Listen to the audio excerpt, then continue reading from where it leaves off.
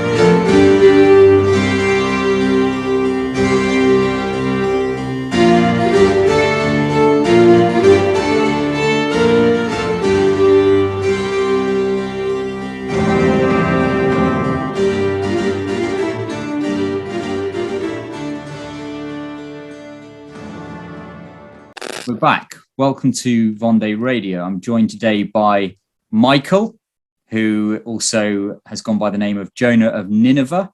He writes from the blog Septima Buccina, The Seventh Horn. He is an attorney, a father. He possesses a theology degree, and he is particularly notable for observing the panorama of today's world, today's crises, with a supernatural logic. And I would like to offer Michael an opportunity to transmit his observations, his thoughts to as wide an audience as possible. And so we are going to discuss the theme of controlled demolition in a series of broadcasts. Michael, welcome to Vendée Radio. Thank you very much. I appreciate this. I'm honored to be here. It's funny. A little background on the Jonah of Nineveh thing. I came up with that handle mainly as a joke against myself, sort of a mockery. I had someone in my life that was sort of pushing me to do this sort of thing, and I couldn't figure out why anyone would want to listen to me. And she accused me of not following God's call. Part of the reason I was resistant because the first step was to move on from that relationship, but she's great and doing well. But the handle Jonah of Nineveh was sort of a joke. It stuck. I'm not a prophet. I don't believe I am one. But that's how that originated. Well, you've certainly gained a following on Twitter and many people who consider your observations. It might be that you participate in the charism of the prophet. Certainly, I've been illumined by many of your observations. So, thank you. In order to begin to explore this idea of the controlled demolition that we see going on today, I think you wanted to begin by looking at the idea, under the title of divide, conquer, and herd. So perhaps we can begin with an outline of where you see the genesis of so much we observe today. Absolutely. So when you asked me to kind of approach the controlled demolition thing, it's such a seemingly reasonable request, because when you're on a microblog like Twitter, you can just juxtapose things, retweet, and make comments. But what is there is a couple of years of context for people who have been communicating with you for a while. And so you don't need to recreate the foundation that got you to a point which now seems obvious to you and your friends. But it's not that obvious if you don't have that context. So the best way to approach it, I thought, was to kind of go back, not all the way to whatever people think the beginning is, because we'd be here for a month of Sundays. But a good starting point, I thought, and a significant event occurred in 2012, 2013. And that was when the Smith-Mundt Modernization Act was signed. It was promoted by President Obama and passed through the Congress and the Senate, and he signed it. Now, what that is, excuse me, I get a drink of water. In 1948,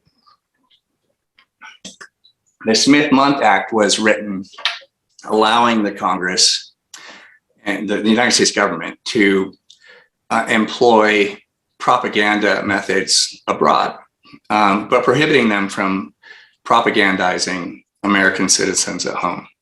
If you're an American citizen who happened to be in Moscow while CNN was playing, you were sort of hit by friendly fire, so to speak. But they weren't allowed to propagandize us here, and they had state-run actual news stations, but those were sort of a decoy. The funding also funded reporters and secular sort of news stations. Now, in 2012, Obama began the push to what he called modernize that act. And that Modernization Act removed the prohibitions against propagandizing United States citizens on United States soil. And just for context, the year before this was enacted, our country spent $750 million propagandizing people elsewhere. Now, those numbers are no longer reported, at least not domestically. So we don't really know what they're spending here on us.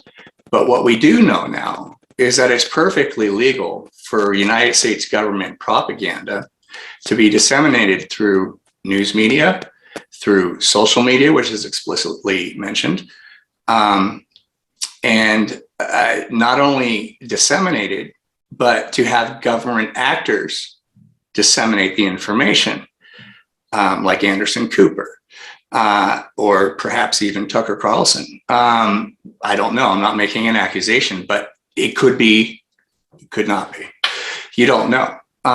There was a reporter, and I had his, hang on a second, his name. Well, there was a reporter that left MSNBC, and he, on his way out, he sent this tweet. He said, one of the things that I found most surprising about this industry was how many of these people are government agents, in the news. Now, that is sort of a thought process that's been labeled a conspiracy theory over the years. For people who have followed the development of things like the Smith-Mundt Act, been labeled tinfoil hat operatives, stuff like that. Now that it's becoming splendidly obvious, it's important to kind of take a look at where that began, because we're going to go through some things that happened over the past 4 years that would not have been possible but for the Smith-Mundt Act. And unfortunately, we're going to have to talk about Trump. Not because I'm targeting him, but because the past 4 or 5 years provide the most rich examples of what is going on and how complete it is. And I can just continue if you'd like, but this, if you look at, so for those following along or interested in looking these things up, the Smith-Mundt Act of 2012, the 112th Congress, it came out as HR Bill 5736. And you can look at that up on congress.gov. It makes it perfectly legal to put a CIA agent at CNN or MSNBC or Fox. And that thought alone, I find, is not that unpalatable for people to accept now that we've gone through what we've been going through. But the next level of thinking can be a challenge, and that's this. People own those companies. So in order for this to happen, they have to consent to it. And if you start looking at who owns these companies and the conglomeration of the media, you start looking at the sort of pyramid of media, it gets a little bit daunting. How much are these companies coordinating with government? Is there much of a difference between them anymore? And I think we see that with COVID. It didn't appear to be. With the Ukraine-Russia thing, I'm not sure there is. One of the first examples of this, and we will get to some of the reasons why they do things like this later when we talk about what I call the controlled demolition. There was a video that came out in, I think it was early 2018, where media representatives read a script that ended with the phrase, "This is extremely harmful to our democracy." Mm-hmm. Do you recall that? I can play it if you'd like. Yes, please. Yeah. Okay. I don't know if they'll be able to see it, but they should be able to hear it, or we could share a screen. Thick and Headley. And I'm Ryan Wolf. Our greatest responsibility is to serve our... Can you hear that through my speakers? Yes, I can. Yes. Okay. It should be. Treasure Valley communities, the El Paso, Las Cruces communities, Eastern Iowa communities, Mid-Michigan communities. We are extremely proud of the quality, balanced journalism that CBS 4 News produces. But we are concerned about plaguing our country. The sharing of biased and false news has become all too common on social media. More alarming, some media outlets publish the same fake stories without checking facts first. The sharing of biased and False news has become all too common on social media. More alarming, some media outlets without checking facts first.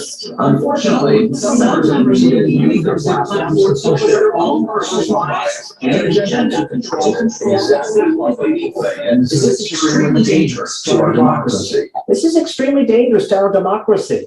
This is extremely dangerous to our democracy. This is extremely dangerous to our democracy. This is extremely dangerous to our democracy. This is extremely dangerous to our democracy. This is extremely dangerous to our democracy. This is extremely dangerous to our democracy. This is extremely dangerous to our democracy. This is extremely dangerous to our democracy. This is extremely dangerous to our democracy. This is extremely dangerous to our democracy. This is extremely dangerous to our democracy. This is extremely dangerous to our democracy. This is extremely dangerous to our democracy. This is extremely dangerous to our democracy.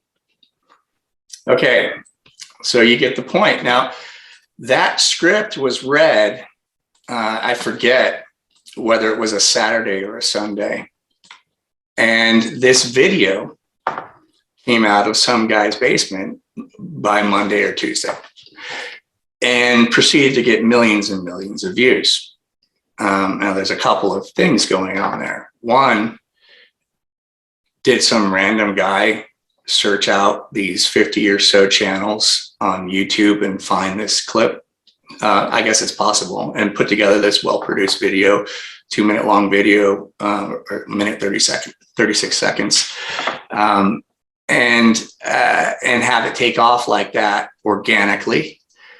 Or was it sort of part of the game, so to speak? I don't know. But the broader question is why do they do that?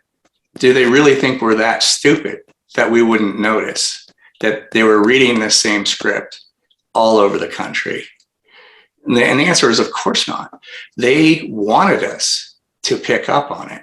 Now, why would they do that? Aren't they comfortable coordinating and dominating what information that we receive? Well, if you harken back to the timeline, one of the things that really began picking up steam at this exact same time was the QAnon phenomenon.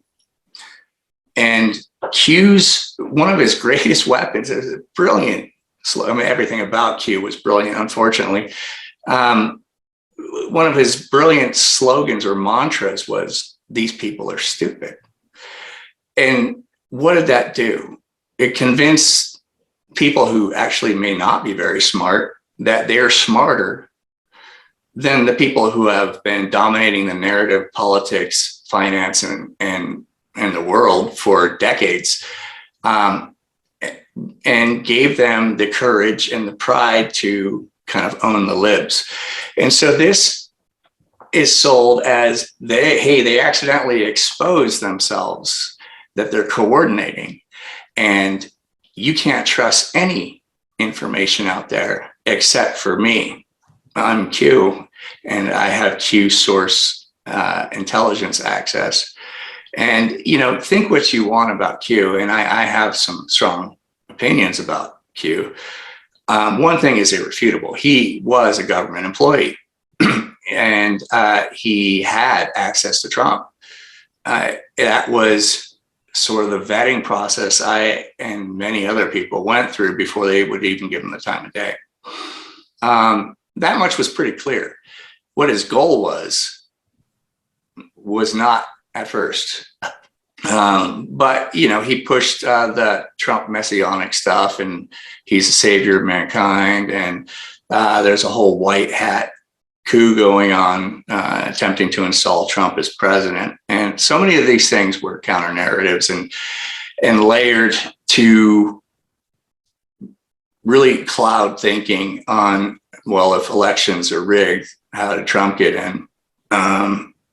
And we're going to go through that again in 2024, some sort of explanation for why he was able to win this time, if it's not biometric governmental digital ID, which I suspect will be how we MAGA on.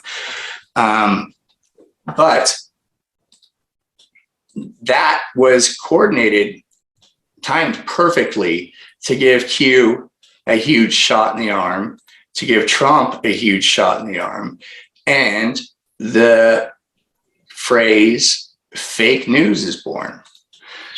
And it's such a good phrase. It's such a good and marketable phrase because it's true from regardless of your perspective. But the problem with it is they were his fake news. According to the Smith-Mundt Act, it's the secretary. Let's see. There's a government, I think it's the Secretary of State, is ultimately in charge of overseeing the propaganda and the machine that it runs. And they're all answerable to the president. They serve at the leisure of the president. The president can call off the dogs anytime he wants. And so what am I saying? I'm saying that all the hatred that you saw for President Trump was Smith-Mundt Act propaganda. It was reverse psychology. Not all of it, because nobody controls every aspect of humanity. There are people who are just kind of going along, not realizing that they're being played. And there's a lot of emotionalism involved. But when you're looking at the institutional messages, they were almost completely government propaganda. And propaganda that did nothing but increase Trump's popularity. Because why? Because conservatives are countercultural, and they have bred this hatred of themselves and this distrust of themselves for years. And then just in case you weren't catching on, they did obvious stuff like that for the people in the back of the class that weren't really paying attention. Don't trust us. And so as the time during Trump's presidency progressed, they went from being shady and unable to be trusted to outright wacky and cartoonishly evil. Some of these people went nuts. And it's like they're all competing for some sort of slapstick Academy Award. You've got Kathy Griffin cutting off Trump's head and doing a skit with it. Was it Al Pacino went on these rants? These people were buddies with him for years, 15 minutes ago. And so all of a sudden they hate him, and the sort of Q subtext. And I'm going to keep mentioning Q, not because I think that he was kind of important, but because all of the information that began on 8chan and with government operative collaborators making this sort of meme warfare trickled onto Facebook and Twitter and all these other things. And so you had this dominating the conservative talking points, and a lot of it originated with the Q and the QAnons. So significant. But the talking points on the Q message boards were that these people had demons, and because Trump was appointed by God, their demons couldn't handle him and they were losing their minds. And that's why they were acting so stupid. Okay, well, no. He's a serial adulterer, lifelong partial birth supporting, twice billionaire with Rothschild money, Manhattan socialite, who has, for some reason, been able to convince people that he's an outsider and a Christian, even though he refuses to even hint that he would repent. He's flat out denies he's never repented because he's never done anything wrong. And I just take my little cookie and my wine and I feel cleansed. That doesn't mean he's an evil man. And I'm not saying that. I now think that he is, but that all doesn't mean that he's a bad operator. My point is, he's also not some sort of saint that these demons are going to be reacting to, hypothetically. So why would they do that? These are people that are extraordinarily sensitive to public perception. And there was another narrative that got set up as their attacks failed, because you would see them, and it happened with Buccina and Kathy Griffin and so many. They called it the Trump effect, that once they attacked Trump and it failed, their lives fell apart and they were miserable. And so you see Kathy Griffin, she came out, she shaved her head and she had this sort of dark, foreboding makeup on, and she had this schmuck and looked like she had no shape to her and like she was emaciated. And Buccina did the same thing. And there's countless examples. And we're talking about people who know, they study what their color eyeshadow has on the mood of people viewing their movies and their shows. They're very in tune with how they're perceived in the public. So it's just part of the game, I think. And so that, I can't prove any of that, but it just seems pretty obvious. Keep going. The point you just made there, it's a game. The commentator Joe Atwill remarked that the candidates in the 2016 election almost seem to have been chosen to excite as much hatred in the other side as possible.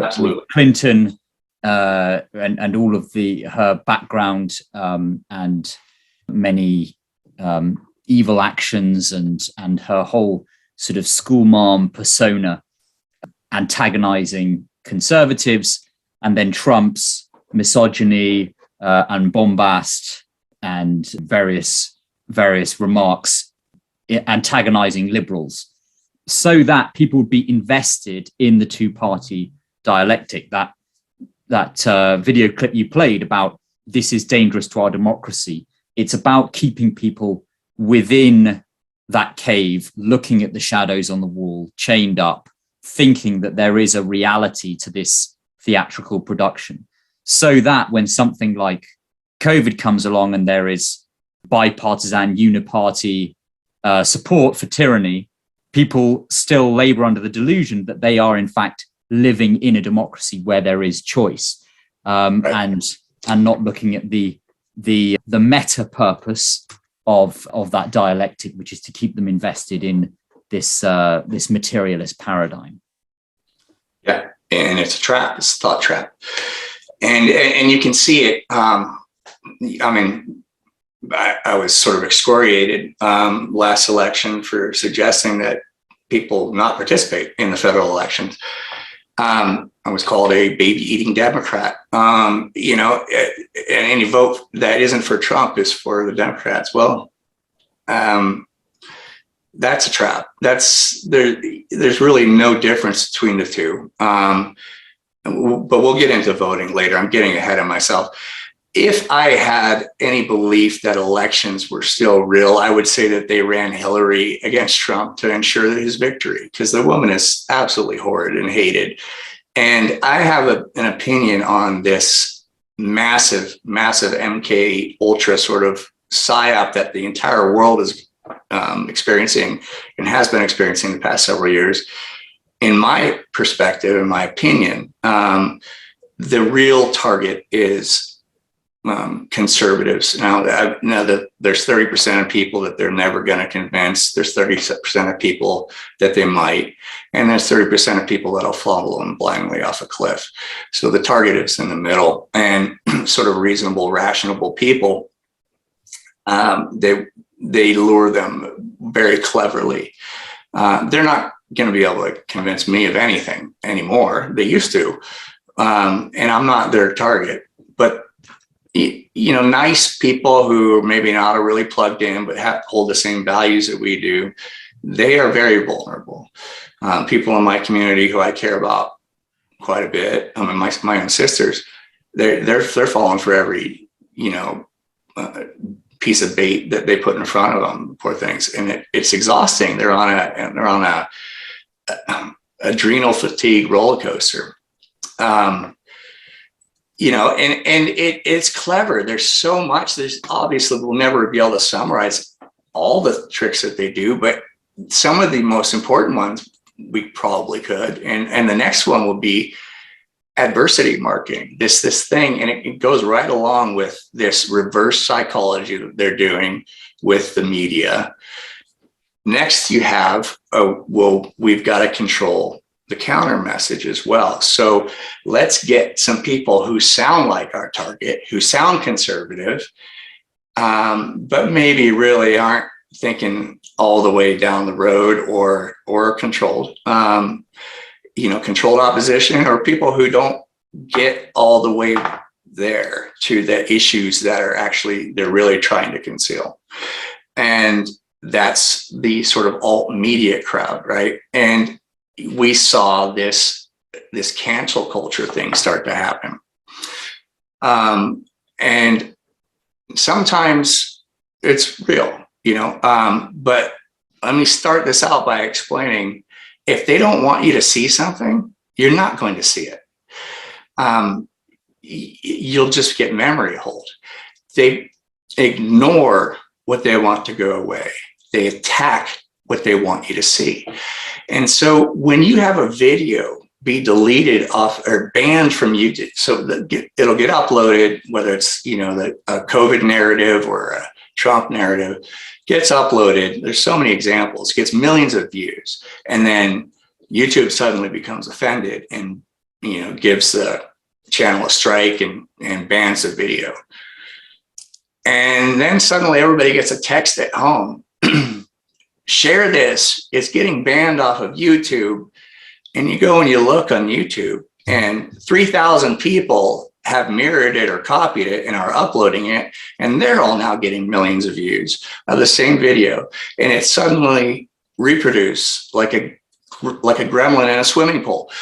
And that's really not cancel culture. That's reverse psychology. That's promotion. And they could make sure that video, once they know what it is, never gets uploaded on their platform again. They can identify the code and they can just keep you from publishing it. You know how I know? Try uploading the same video twice on your YouTube channel. YouTube knows when you're doing it.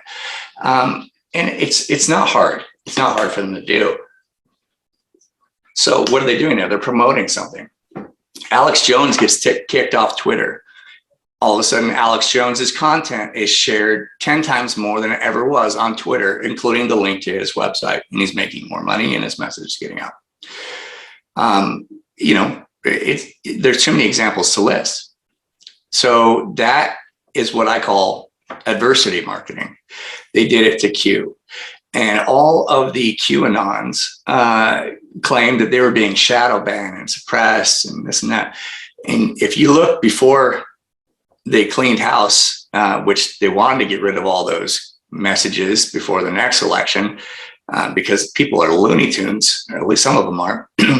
But Twitter did eventually sort of clean house. But before that, all while they're supposedly getting shadow banned, these accounts had hundreds of thousands of followers, some of them, most of them over 10, 20, 30, 40, 50. That's not being canceled. That's being promoted. And at times, a tweet will get suppressed or banned. And that just fuels the fire. Look at, I'm over the target. Okay. Really, is it really getting banned if you can screenshot the tweet and then retweet it?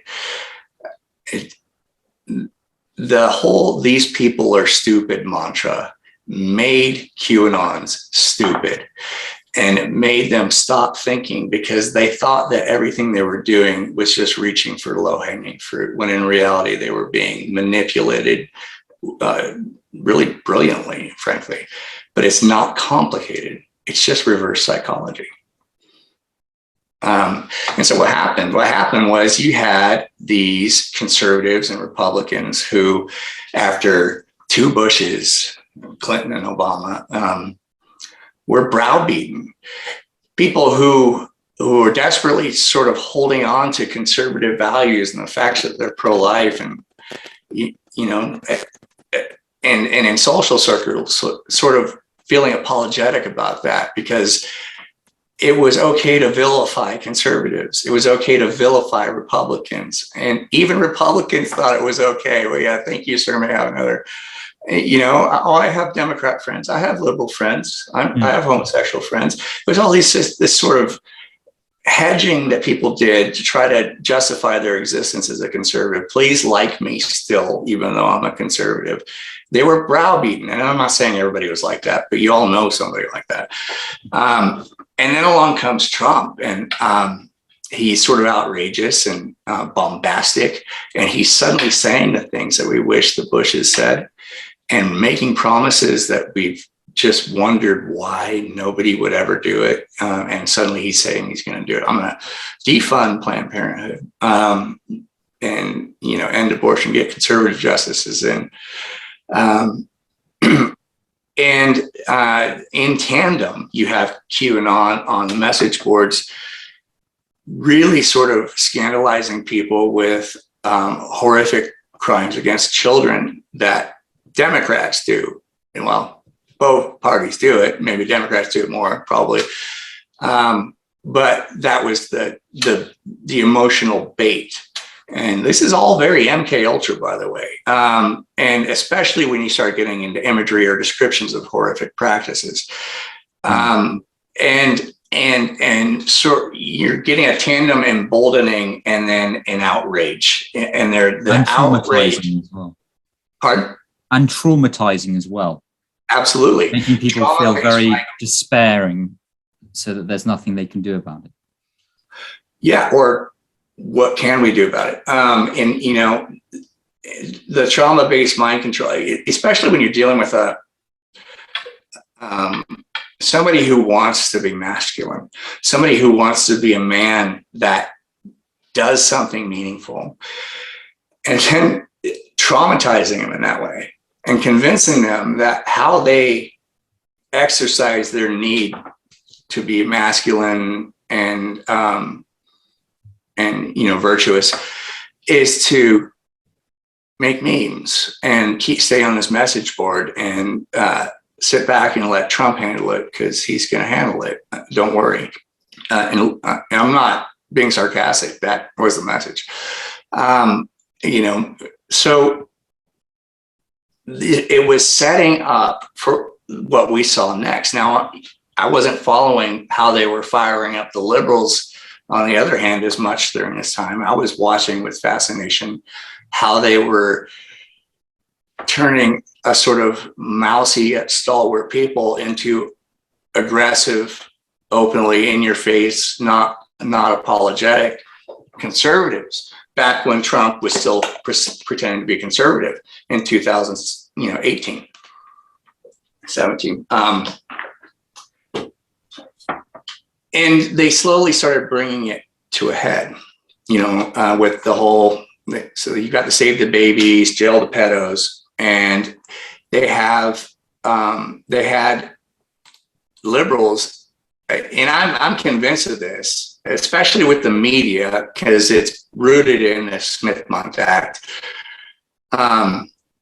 intentionally acting stupid and saying stupid things on Twitter that are just so easy to own. And this pride that built as a result amongst these people was absolutely blinding. And you could just watch it happen. There's a reason it's a deadly sin. It is very, very blinding. And they needed that to happen, I think. And now, I think the natural inclination to hearing something that I just said, like what I just said, is to respond saying, well, these people aren't thinking in religious terms. These are secular people. Well, that's not true. MK Ultra Incorporated, MK Ultra was extraordinarily in tune with the damage of sin. It was run by a Satanist, and what's his name? Colonel's, I don't remember. Michael Aquino. He had the weird eyebrows. I think Michael Aquino, was it? Yeah, that's him. Guy that was complaining about being discriminated against in the military because he was a Satanist. Mm-hmm. Well, he Good ran friend of Oliver North. Yeah, isn't that interesting? Yeah, right wing of the deep state. Right. Yeah, two wings of the same bird. But they incorporated so much atrocity into these MK Ultra programs, and a lot of it was killing the soul, to get the soul pliable to receive the message we wanted to receive, or to do what we wanted to do.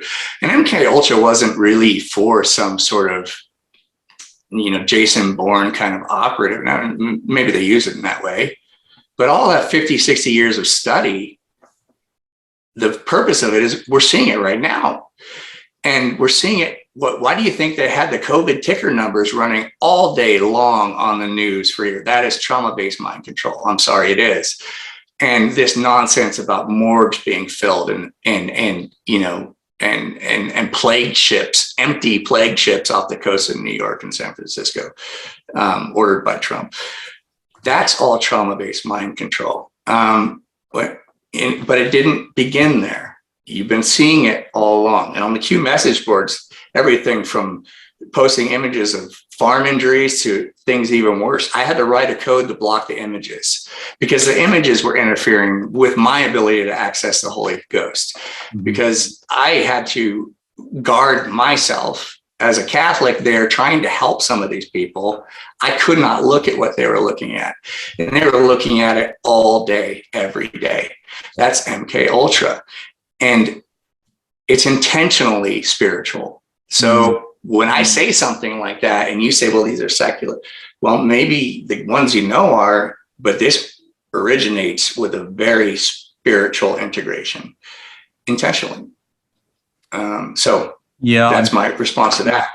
Pardon? That was very eloquent, Michael. There's so much to pick up on there, but I'll just take one, if I may, which is these techniques, these trauma-based mind control techniques.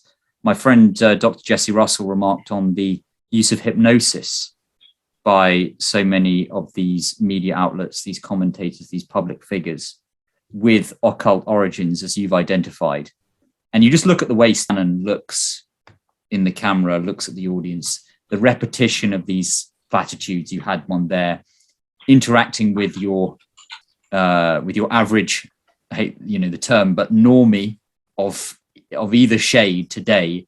And it's this parroting of those little sound bites which have been fed via these techniques, the weaponization of these techniques of information warfare. Yeah. And there was a book, there's more now that are sort of critical. But there was a book, I know it was before 2017 because that's when someone gave it to me, that was praising Trump for his ability to integrate so many of these hypnotic techniques into his speaking, and that saying that that's why he's such an effective speaker. Someone might say, well, that's just a good speaker. And maybe that part of that stuff intuitively kind of gets incorporated into a good speaker's routine. Maybe I'm doing some and don't know it. I don't know. But just affirming what you said, I tend to think that things are more intentional at that level, but I don't know. But it is very hypnotic, and it is, and you see, there are also studies that kind of study the brain when we're sleeping, or when we're compared to when we're reading or being active, or when we're watching TV or playing a video game, looking at a screen. And it's this kind of quasi hypnotic state, right, where you're more suggestible. And so when you trap people at home for a couple of years and all they have to do is stare at the screen, I mean, people are damaged. And I don't mean to say that it's irreversible, but we've all experienced some sort of deleterious psychological effects from this. I intentionally don't watch anything unless it's a short clip that someone's telling me that I gotta watch. But yeah, it's extremely agitating for the soul. The very medium of social media and 24-hour news cycles. Oh, well, I got kicked off of Twitter, and it was a hard ban. And I as you know, I just noticed that this, I have a child's iPad here that I just kind of thought I'd try again. And so I have a very private account now on Twitter that will stay private just for my friends. But I'm on there for 2 minutes and my blood pressure is going up. Mm-hmm. That platform is designed to agitate. Mm-hmm. And it's good in some ways, and it's got to be taken in small doses. Yeah, there is a conspiracy against prayer in the modern world. And if your soul is constantly agitated by these salacious, shocking, emotive, sentimental, untrue pieces of information, it is going to be less likely that your soul cries out, Abba, Father, and turns the ear of its heart towards Almighty God. And that's the first step of any kind of Catholic restoration. It will begin in the soul. By their fruits you shall know them. That's the eternal test that our Lord gave us. And another thing Atwill said was that Facebook was created to lock us down. That there is a meta purpose here. There is an orchestration. And what are they both pushing? They're both pushing for different reasons a biometric ID. For the right wing of the deep state as a form of election integrity, and for the left wing of the deep state for a much more obvious biosecurity state. It wasn't that the so-called vaccine was for the virus, but the virus was for the vaccine, which is for the digital ID. That's maybe a topic we can come on to, but just thought I'd... Yeah, well, I'm sure we will. But, and maybe he mentioned this, but what he said about Facebook is verifiable. It was Operation LifeLog by DARPA. And it was a bit controversial when they rolled it out, that the goal was to see if they could get people to publicly document all their behavior throughout the day voluntarily. And there was some pushback and kind of what a horrible thing to get people to do, but they got it done, and it didn't last long, but it was wildly successful, and they canceled it in Congress the exact same day that Facebook was incorporated. So Facebook is Operation Lifeline.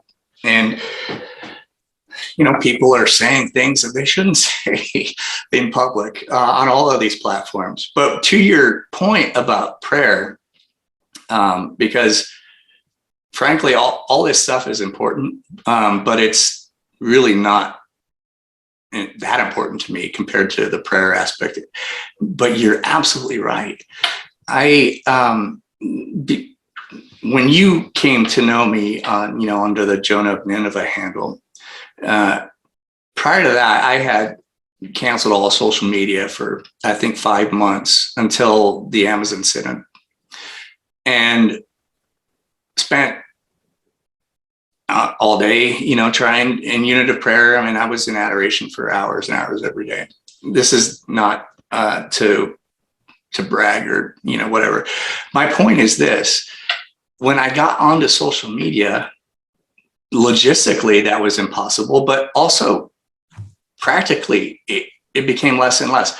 And when I started to see that I was encouraging people to pray more often than I was praying, I had to take a break. And that is the most innocent version of the harmful effects of getting on this stuff for too much.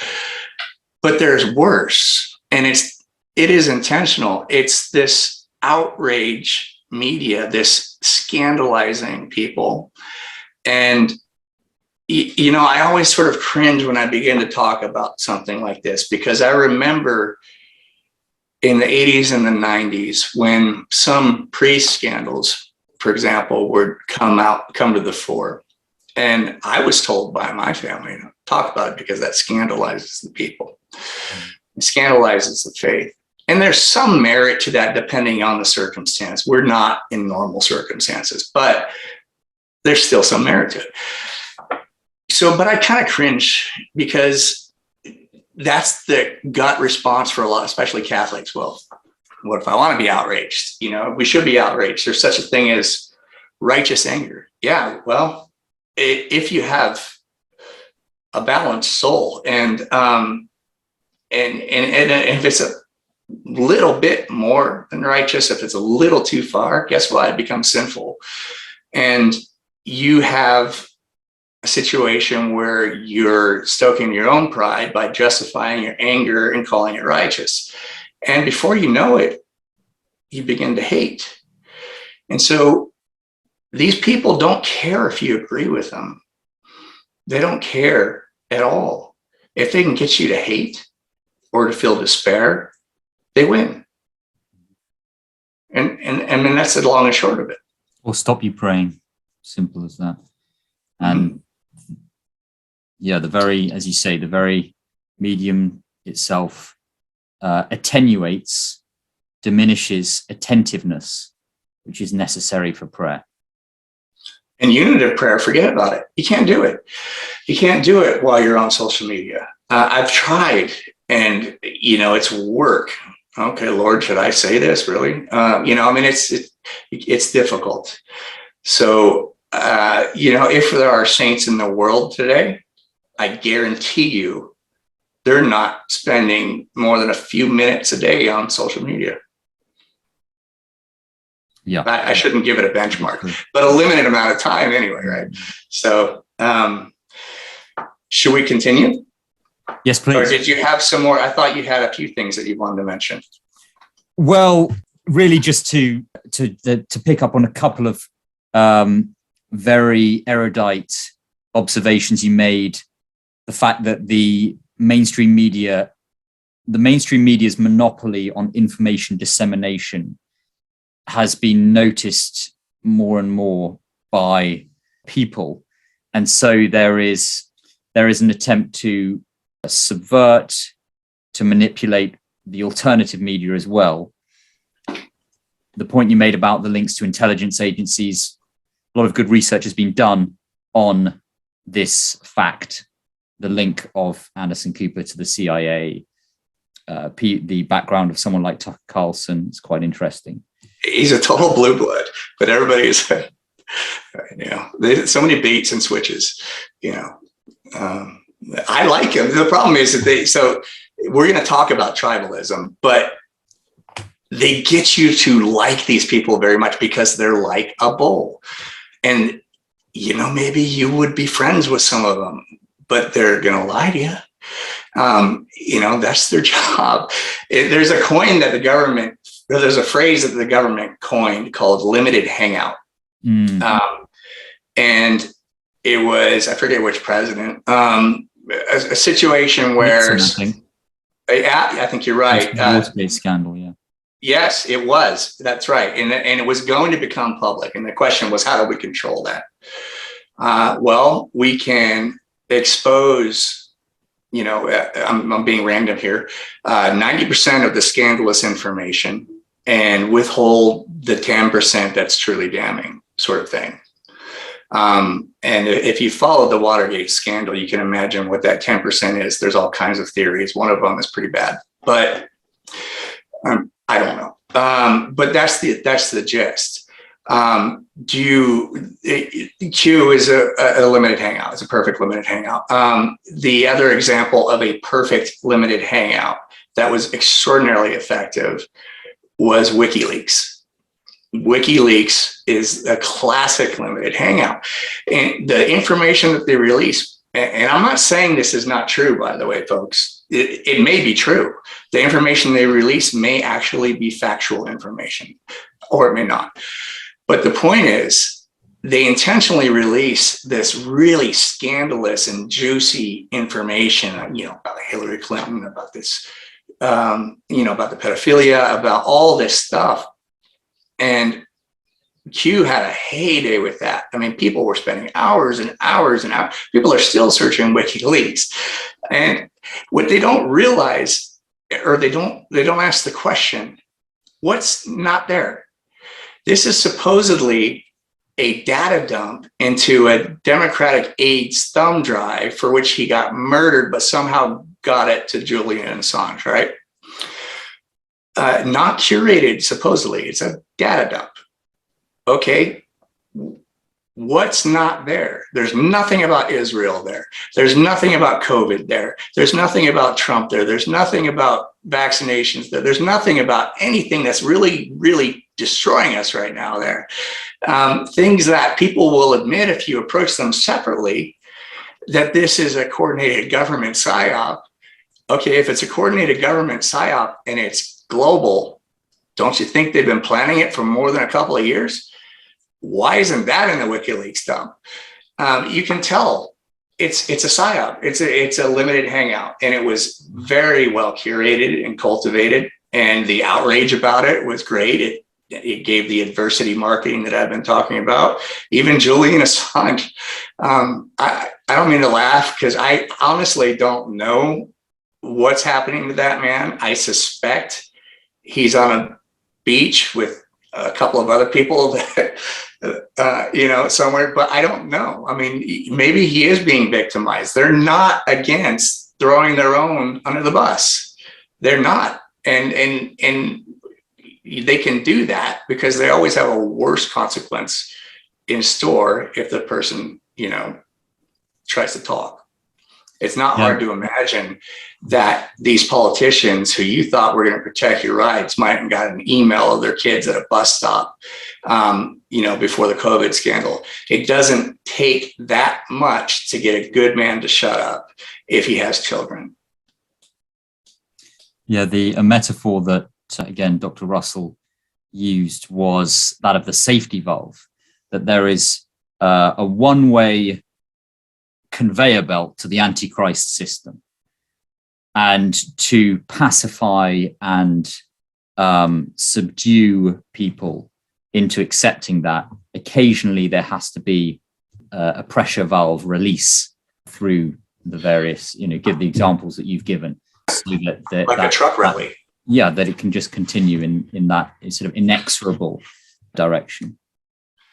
Yeah, and it's intentionally designed to be a little bit difficult to find some of this information so that you feel like you own it when you do, like you've found something.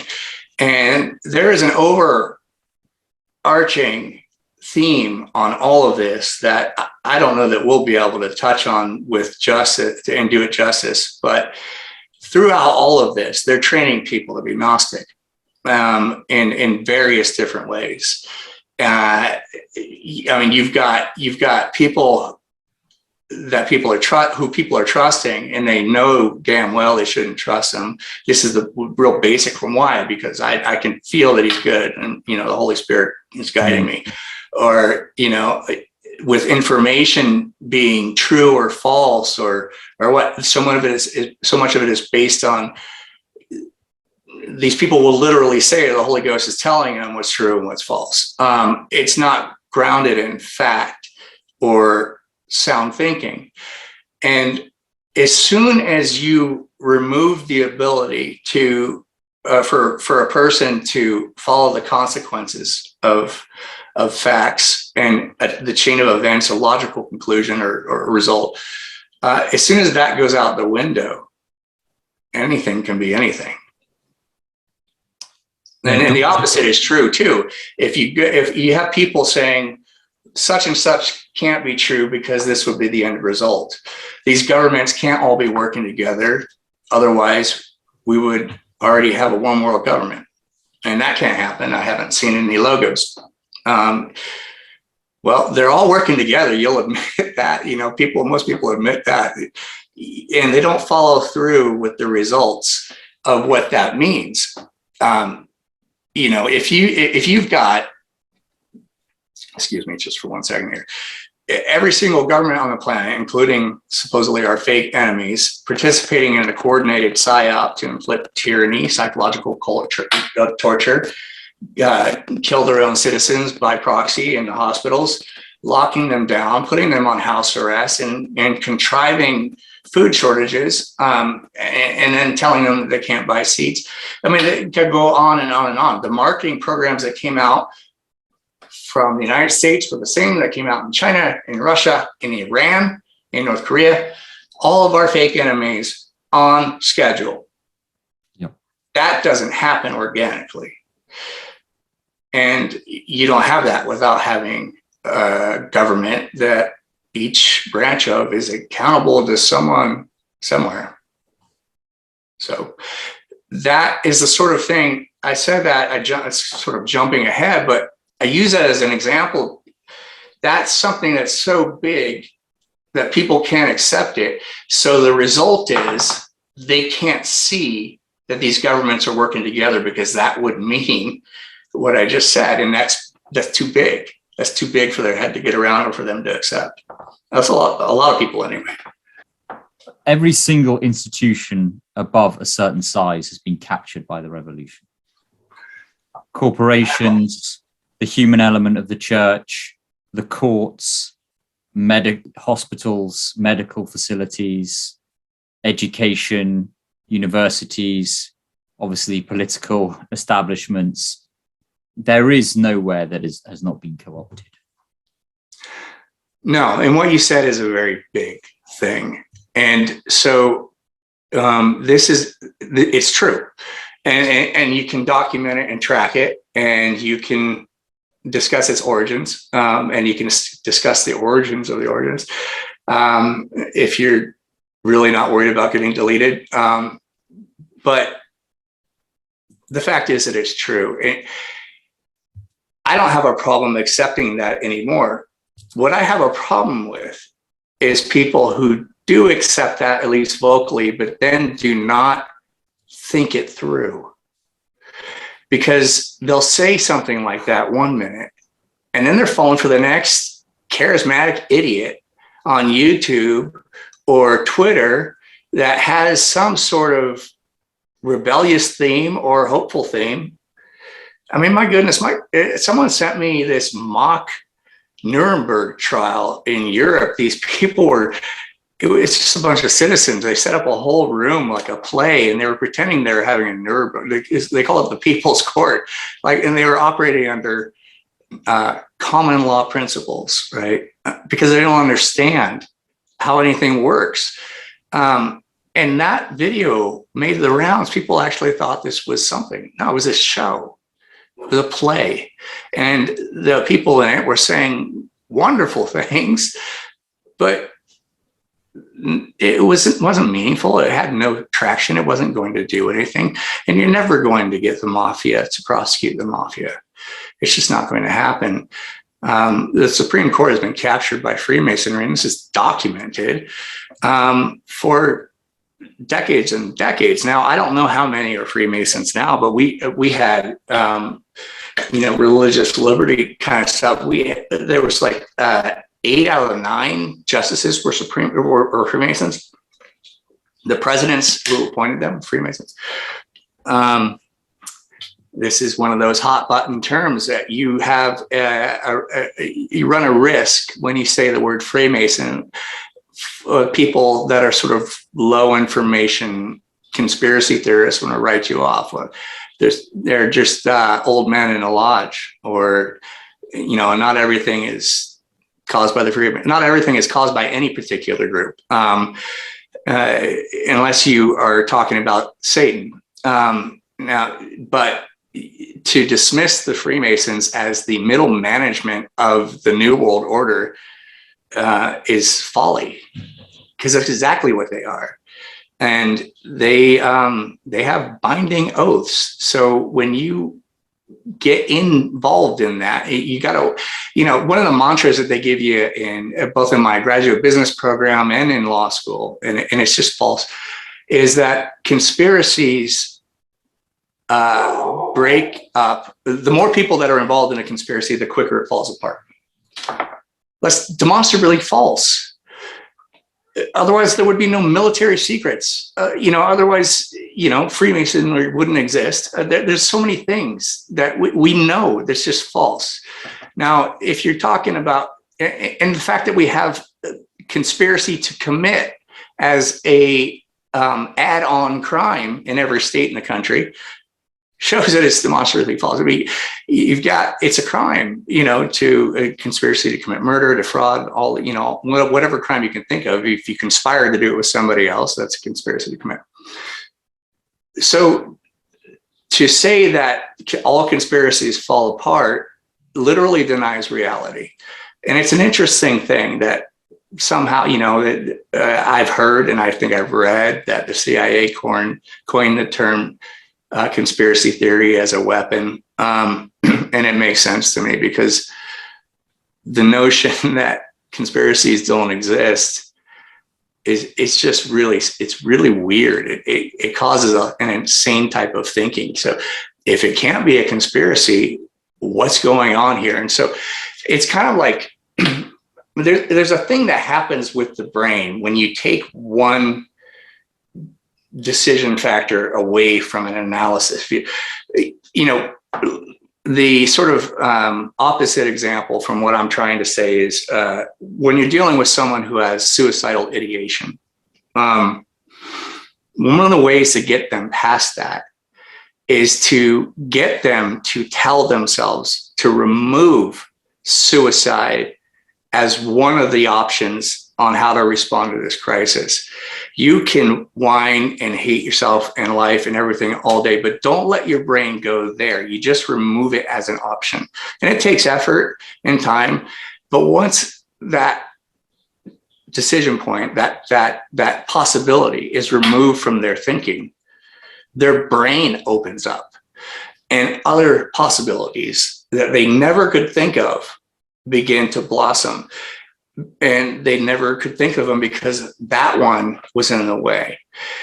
So if you put conspiracies don't happen or conspiracy theories or for tinfoil hat people in the way of thinking, it just shuts it down.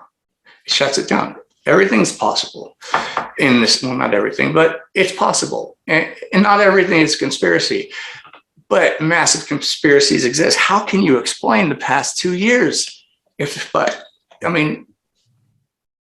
is what it is. This is actually getting easier, to explain some of this stuff because they've demonstrated it. And so I looked while we're on break, and I think we're doing pretty good on time. I have a couple more things I want to talk about, and then I'd like to end with a little brief conversation about the Weimar Republic. So is it okay if I keep going? Yes, okay. Absolutely. So we were talking about, I think we ended with emboldening both sides, but from my perspective, the target is conservative leaning people, emboldening them, sort of instilling or promoting a sense of pride.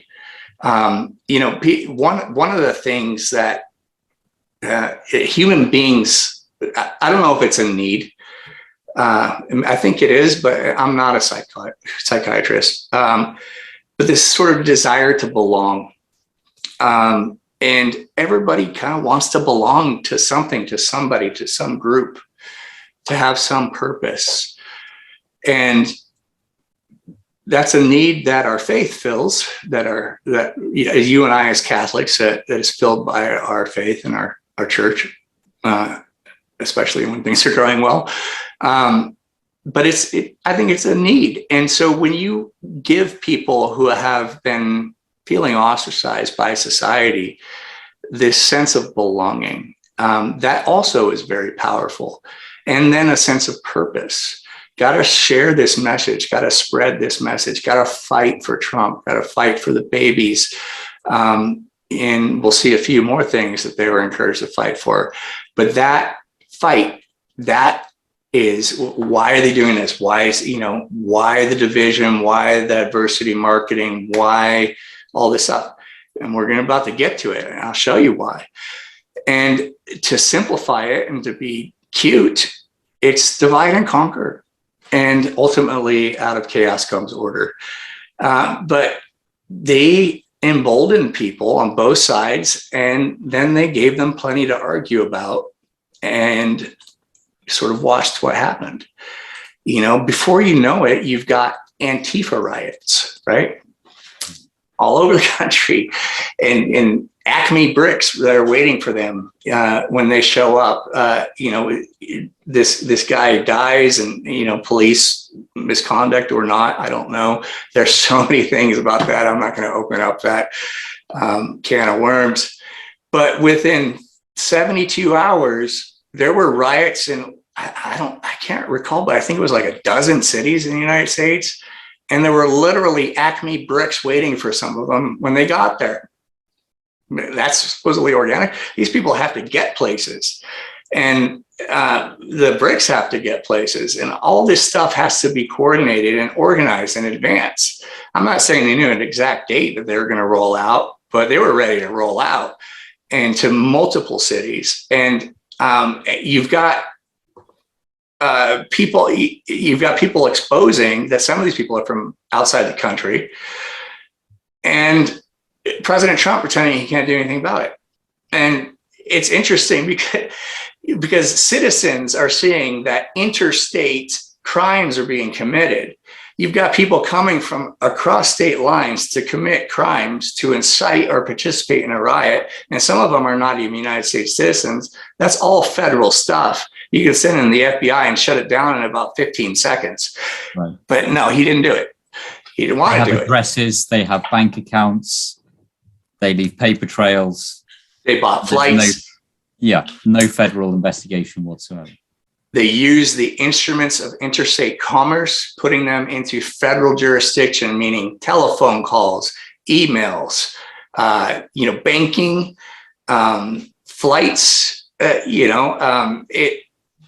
It's all very, very easily federal jurisdiction. Now, I'm not a fan of federal jurisdiction. I'm not advocating for a big federal government. I'm just stating the fact. They refused to shut these down because they wanted them to happen. There's no way around it. And if that doesn't convince you, go onto YouTube and search active denial system. It's called, or ADS for short. We've had this technology for well over a decade. It's essentially 5G technology, and I'm not going to get into 5G conspiracy theories, but my point is it's a sonar wave that's attached to the top of a truck that pointed at a crowd of people, makes their skin feel extremely hot and burning, and they disperse. It's like throwing a bucket of water on a group of cats.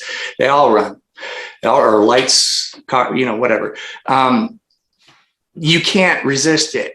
And it's not, they say, not harmful, or at least not fatal. And we have this technology.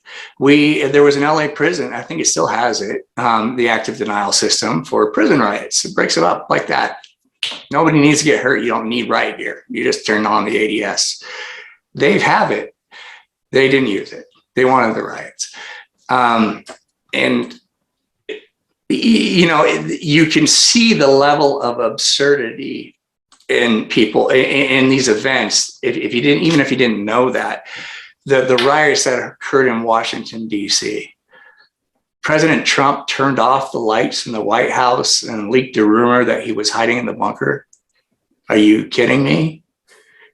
I mean, the United States military and the Secret Service can't keep a crowd of Antifa away from the White House. Like, they did that to heighten the event, to dramatize it, to encourage it, to have it continue to be in the news cycle, because this sort of chaos, this sort of feeling of helplessness, Trump, why are you stopping this? Or, these people are horrible, our country is going to hell in a handbasket, whatever it is, it was going through everybody's mind. I was even frustrated. It happened in my town here, and I know better, but I wanted to go down there. It's a natural kind of thing, but it wasn't organic. It didn't happen naturally. And I don't think very many things do anymore. And if they do, they get co-opted very quick. You've got a situation here. There's so many examples of this. People just don't connect the lines. Governor Whitmer supposedly is victim of a kidnapping conspiracy in Michigan, which really boosted her popularity, by the way. And while President Trump's in office and Whitmer's supposedly one of his big adversaries on the state level, she's a player. I don't know why, but she is. And so this conspiracy to kidnap and harm Governor Whitmer arises, and we're finding out that a large number of these conspiracists, if not a majority, I don't know the exact number, are FBI agents, inciting these people to commit crimes. It happens everywhere. We have documented examples of a government group called COINTELPRO infiltrating with the political organization that Obama sent the IRS against, libertarians. And they infiltrate, they poison, they put leaven in the bread, and they discredit, they divide, and they conquer. The Libertarian Party is not a viable party right now because of that. So then you have literally, while all this is happening, governors or mayors defunding the police, just in your face. No, not only are we not going to try to stop it, we're going to defund the police. So I don't know why. They still have their security guards and all that. It's the in your face. They want you to hate them. They want you to see what's going on. They want you to acknowledge that they are the assigned villain for this part of the movie, and you're supposed to hate them. And we're not supposed to hate anybody, for one thing, but hopefully the fact that people are getting manipulated into feeling this way will give them some sort of armor against resisting these emotions that are natural, but they're being created unnaturally. And these aren't natural events. These are contrived. And the goal is that sort of range of emotion and reaction and scandal and outrage and ultimately chaos. The next thing was the Kavanaugh thing. They sold this guy as a conservative, pro-life Catholic. You never heard him say Jesuit, but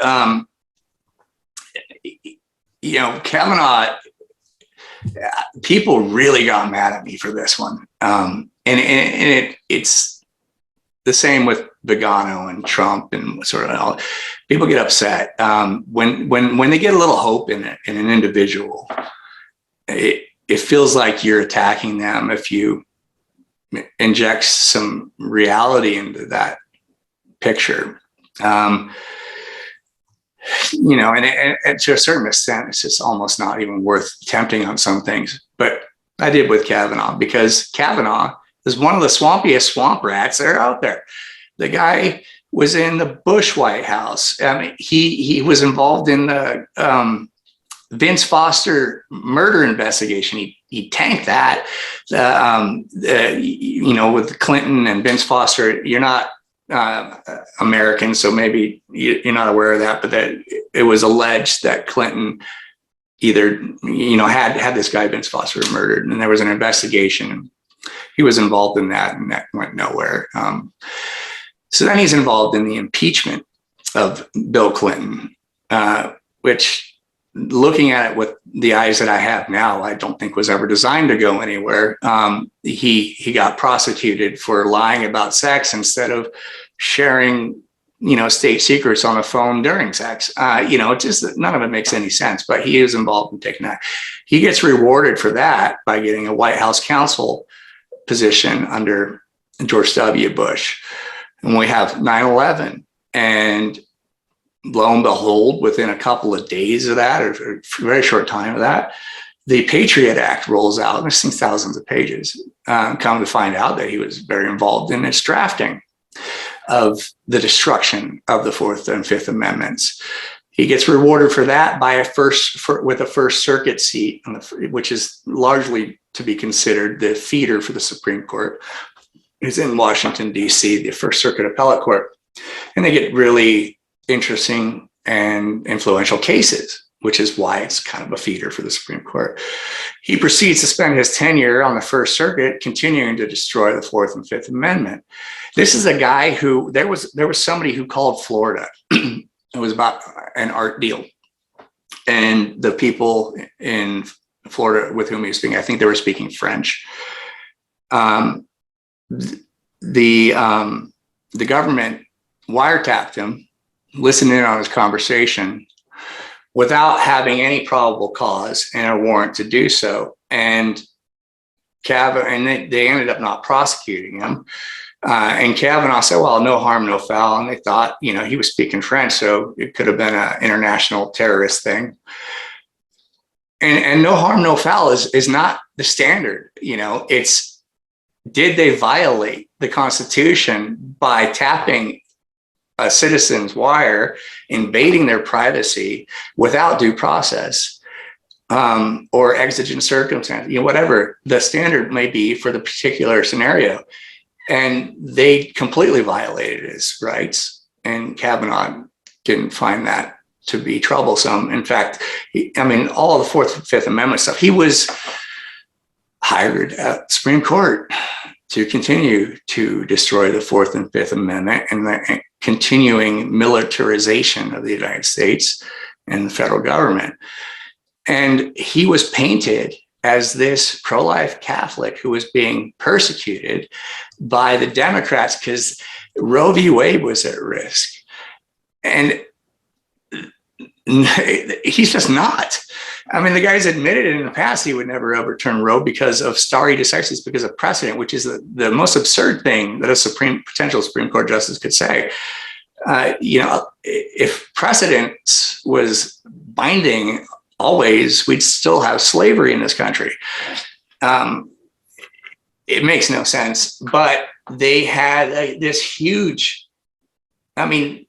this was in some regards sort of the pinnacle of the idiocy and the chaos, at least with regard to some of the politicians, that the over the top hatred and nonsense and over something that supposedly occurred 30 years ago with this woman who just so happens to house CIA interns in her house, has two front doors and is talking like a baby in front of the Congress, saying that, he tumbled on the bed with me when we were children. And I'm not saying that it's okay to violate people's boundaries, but I am saying he didn't commit a crime, and there was nobody who thought he did. And so they took something intentionally, sort of people were kind of not sure they should be angry about, and they made a huge deal over it. And then during the hearings, they put Alyssa Milano right front and center with her cleavage and distracting, and it was a big show. You know what they did during that while all the senators were pretending to hate each other?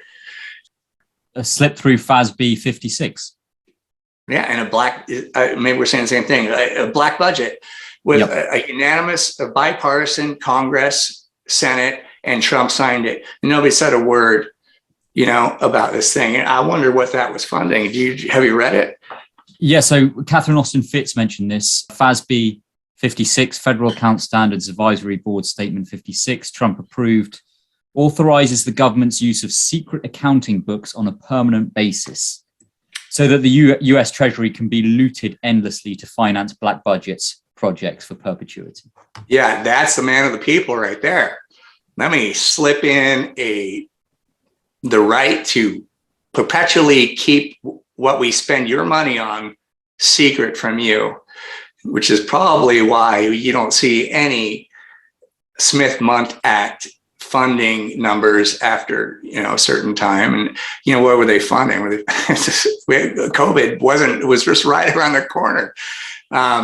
So anyway, all that comes to a head after they sufficiently distracted, got people riled up at each other. Suddenly they were done with whatever their goals were. And Susan Collins comes out and says, hey, everybody relax. He told me he's not going to overturn Roe v. Wade. And then they had to vote that day and he gets pushed through. Suddenly, boom. And then what happened? Then this other one that's supposed to be Catholic, this lady who seems very likable, she's replacing the high abortion witch, Ruth Bader Ginsburg, who thought the age of consent should be lowered to, Ruth Bader Ginsburg was not a good person, and she was a stalwart protector of abortion. And supposedly this pro-life Catholic mother slipped, and she's not even an Ivy Leaguer, which is extremely unusual, slips in under the radar without so much as a fight in the smoothest confirmation hearing in my history as watching these things. I'm sure they all went smoother 100 years ago, but there's always a fight lately. She didn't get one, and nobody was wondering about that. Well, come to find out that her opinions strongly support mandatory vaccination and lockdowns right before COVID. They give you the heroes. Catholics fell for it again. Oh yeah, and would become so offended if you questioned this Catholic mother. If you need a hero, they're going to give you one, and it's not going to be what you want. So all that kind of leads me to I think what is a perfect example, and it's an important one, and it's probably going to blow some people away. It's important, and it's early on in the Trump presidency, and this is an example of Smith-Mundt coming into play, divide and conquer coming into play, the stoking anger, and both wings of the bird working in unison together, faking their animosity. And that is the issue of the wall. You remember the wall early on in Trump's presidency? It was a mantra, man. We need that wall. We got to have a wall. And, we got to stop these people from coming across the border, this wall.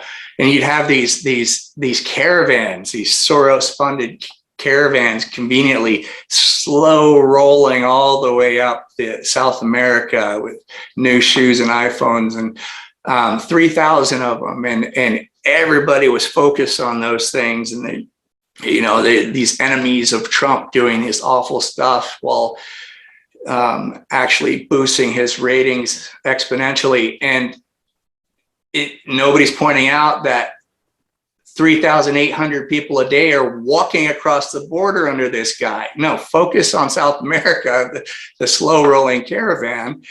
And, we had kids in cages fights. We had all this division. People were literally yelling at each other over this wall. Trump shut down the government over funding over the wall, not defunding Planned Parenthood. In fact, that was when he still had control, I think. He definitely had control of Congress during 2 budgets, and he could have defunded legislatively. There's another way I'll mention in a minute, but not a word about it. It was all about the wall. I didn't get funding for the wall. It was really kind of interesting during, the Nancy Pelosi and Chuck Schumer at this time were sort of the arch villains and opposing the wall, and they would go and have meetings with him sometimes, and sometimes they would film it, and Trump would own the libs. One of these times they didn't film, and there was a camera. There's a sort of a back door of the White House area where sometimes they have news vans or catering trucks, and there's a screen of some trees that kind of blocks it. It doesn't give it perfect protection, but it sort of blocks it. Somebody was filming in that general direction. And when Pelosi and Chuck Schumer came out during this is during the height of this controversy, they came out and they turned and talked to each other and started laughing. And they both started dancing like this old people dance where they were celebrating something. And then they noticed the cameras and they stopped and they went out and they gave their response. They gave their statements to the press about how awful he is and all this stuff. Very weird. And, you know, it's all stagecraft. But the wall, let's talk about the wall. The wall is impossible. You could never build the wall because 67% of the land on our southern border is privately owned. And yeah, for those of you paying attention, yeah, I just said that the government owns 33% of that's that magic number, but 67% is privately owned. And it's owned more often than not by big ranchers. And a lot of times they herd cattle from Mexico back to America, Mexico back to America. It's all their land. Building a wall in the middle of that would cause these people to have to decide whether that meat is imported or domestic. And it changes everything with regard to that business model, with regard to food standards, with regard to taxation and the cost of the American public. It's complicated. And I'm pretty sure Obama tried it and failed, which is why he had some fence up. And most of Trump's wall was just turning Obama's fence into wall. But it was impossible. What has to happen in order for a government to build a wall on your property, dividing your property, is they have to either convince you to sell it or sue you and take it. It's called the takings clause of the United States Constitution, otherwise known as eminent domain litigation. And in order to be successful in that sort of litigation, they have to convince the judge that there is a necessary need that outweighs the private rights of the citizen on behalf of the government. And they have to prove that what they're offering to pay you is just. They have to pay what's called just compensation. And in that aspect of the litigation, experts get involved on both sides, and it's protracted litigation. And it's litigation that's very common litigation. Eminent domain litigation is in every federal court of this country every day of the week. Everybody knows about it that goes through law school. And that includes most of the newscasters that you see. Most of them are lawyers. And certainly includes the Department of Justice, and absolutely includes any sort of building developer in this country, because they've had to either fight the government from taking their land or fight to develop what people call wetland. And Trump's a builder. He knows what eminent domain is about. You know, Nancy Pelosi, everybody in Congress knows about this. So they could have come out when he asked for funding in the wall. Nancy Pelosi could have just said what I said, say, you know, even if we wanted to help you, it's going to take a decade. Even if because Congress has got to be the entity that sues for this property. Even if we went out and sued for each of these parcels in eminent domain litigation so that you could get your wall, be 10 years from now before we have any sort of progress. They could have said that. The newscasters could have said that. Any sort of governmental lawyer could have said that. They all know it. Nobody mentioned it. I saw one person mention it, Judge Andrew Napolitano, and I'm not endorsing the man. He's just the only one I saw mention it. He got shut down. And he never mentioned it again. So why is that? How could that be? That Smith-Mundt Act governing the narrative and both sides working together to divide the middle. That wall was never intended to divide the United States from Mexico. It was intended to divide the people of the United States. And Trump knew that. And, most pro-life president ever, he shut down the government over that wall. He could have added at least Planned Parenthood funding in that controversy.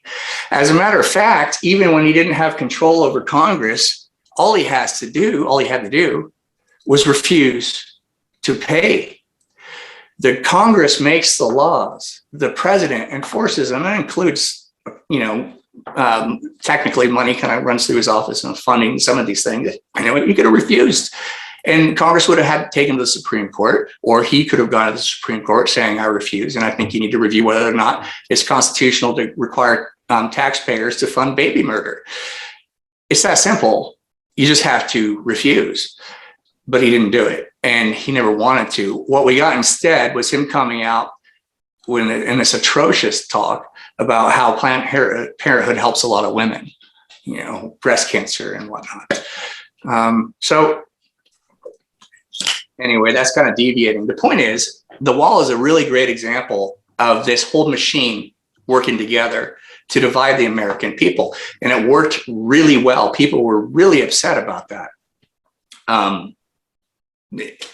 It's kind of hard to not see it once you know. Now, of course, you could not believe me. But yeah, in the event that I think someone is tempted to do that, I suggest that you just go onto Wikipedia, and it's right there for you. And I could give a link at some point. I think originally there was a Roosevelt sort of land grab of border wall, and over the course of years, that government was sold to private people. And it's 67% is privately owned. So the Constitution prohibits a wall being built without everything that I just said. And you can't be a constitutionalist without wanting the Constitution to be followed.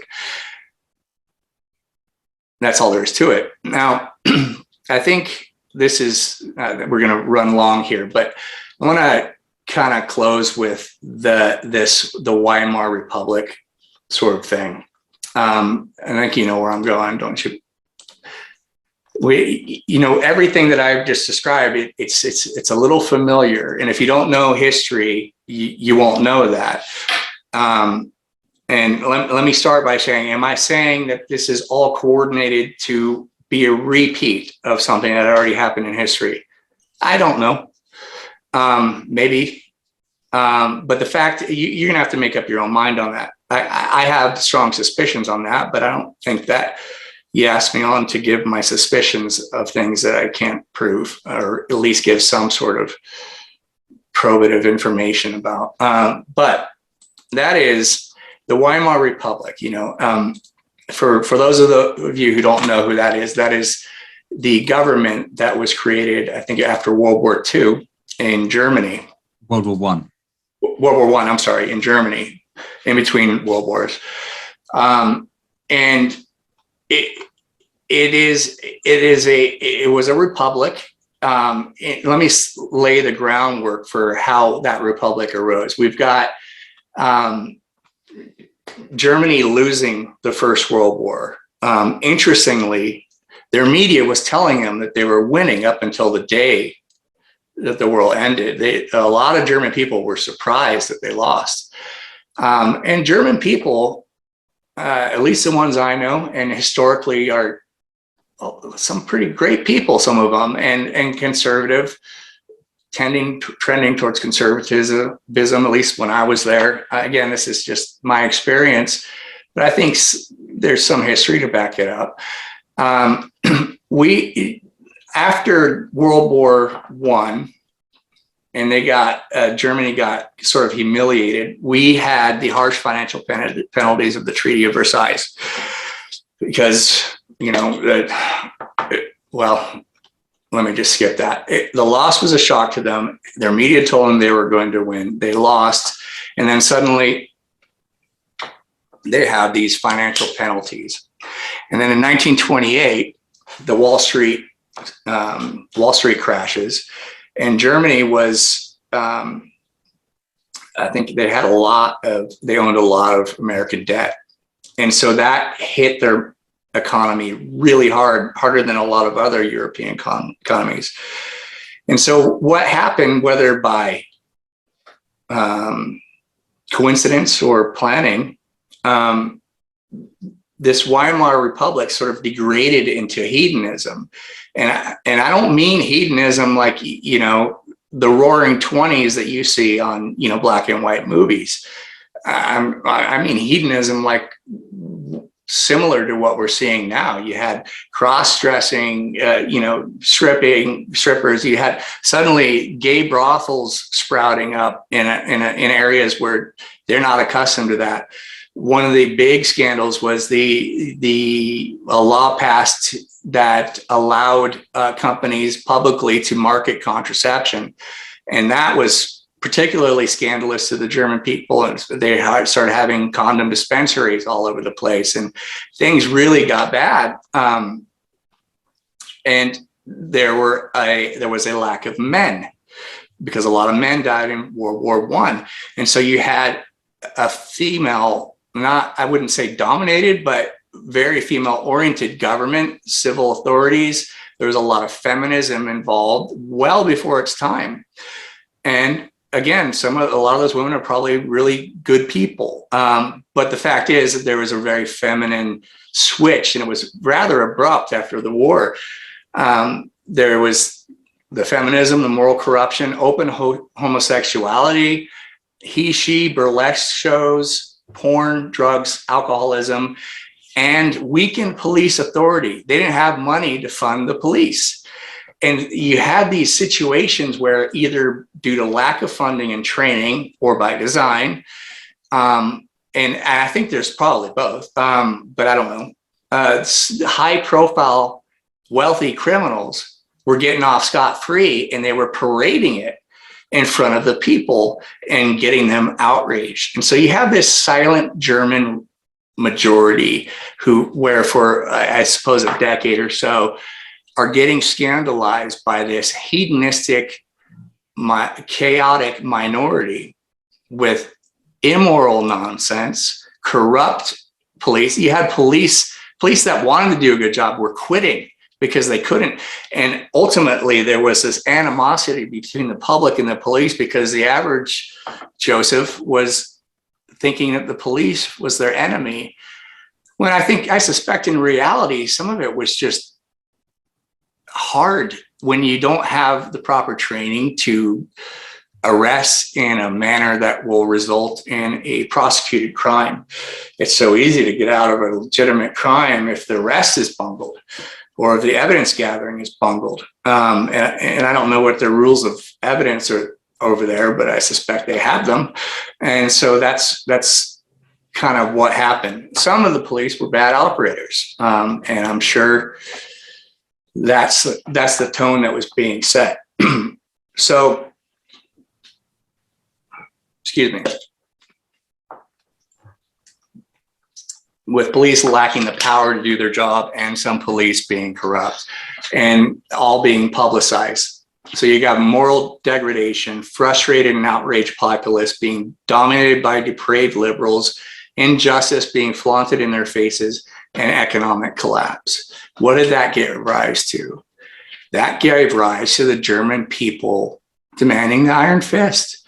Hitler wasn't elected. He was appointed by popular demand, because he wanted, according, I'm not going to praise Hitler. So I have to be careful to use words that aren't going to be given that sort of interpretation.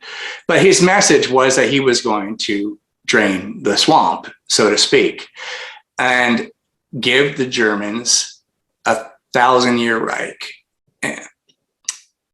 It's very similar to what we're going through right here. So similar that one of Trump's Q, his message is that there'll be 1,000 years of peace once Trump is done. And it's interesting that you see that 1,000 years in a lot of contexts, and I'm sure there are light bulbs going off out there, both in legitimate scriptural context and in, I would say, the counter message to that, and with certain cults. And the QAnon is a cult. I'm sorry, but it is. If you have family members that are following that, intervene, because that's bad news. It's bad. And it may not seem bad to you, but if you see the origins of some of these things, some of the Gnosticism and the esoteric sort of New Age nonsense, I mean, Jesus is a progeniting angel. I mean, it gets really weird. It's very weird stuff. And it's all very Freemasonic. It is what it is. So that, I think, concludes what I had to say on the divide, the herding sort of aspect of this. Do you have any questions?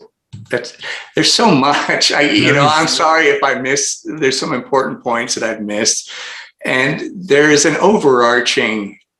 Believe it or not, what they want to do has been written down, and some of it's quite old. And it seems like they're following these playbooks really accurately. Some of them, I mean, you've got the Alta Vendita, you've got, there's some Freemasonic stuff, there's some Talmudic stuff. It's kind of creepy, and you don't want to rely on what enemies of God are written down. It's not like it's prophecy. It's like you don't really want to listen to what a demon says as he's being expelled. Demons don't prophesy. They don't have the ability to see the future, but they can make self-fulfilling prophecies. And that's what we're dealing with here, I think. Michael, thank you for sharing your compelling analysis and for this first broadcast in this series on the controlled demolition that was Divide and Conquer and Herd. Michael, I look forward to our next conversation very imminently. Me too. Thank you for having me. I appreciate it.